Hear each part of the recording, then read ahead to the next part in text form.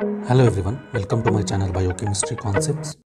This video is about what is amino acid pool, how much is amino acid pool, and how this amino acid pool is maintained. Coming to meaning of pool related to our topic. So pool means readily available supply. So meaning of amino acid pool is readily available supply of amino acids. This is the meaning of pool. And coming to the proper meaning or definition of amino acid pool, it is the total amino acids available in the blood at any given time. So when we say there is some amount of amino acids, that means it should have some quantity. So how much is amino acid pool? So the answer is adults have about 100 grams of free amino acids. So these 100 grams of free amino acids constitutes the amino acid pool.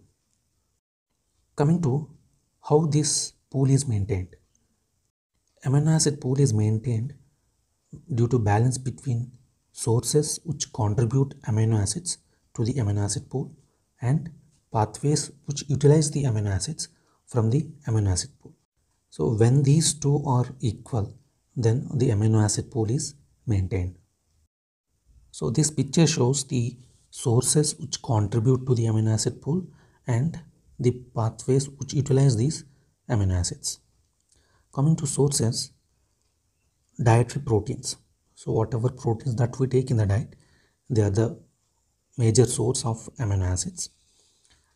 And the proteins which are released after the breakdown of tissue proteins is the second source.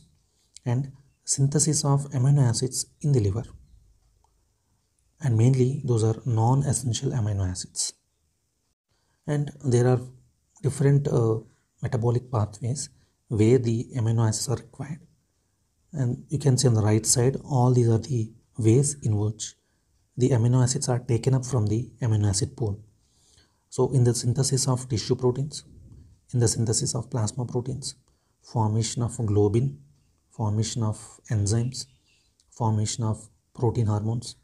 So like this, there are different requirements of each tissue where the amino acids are required for the synthesis of proteins. According to the amino acid uptake and amino acid loss, we can say a cell may be in three states. The first one is in dynamic equilibrium. So that means we can say that a cell is in dynamic equilibrium when the amount of amino acid uptake from the amino acid pool is equal to the amino acids lost from the cell. Second condition is cell wasting. That means if the loss of amino acids is greater than the amino acid gain, then cell wastes. And the third situation is if the loss of amino acids is smaller than the amino acid gain or uptake, cell grows.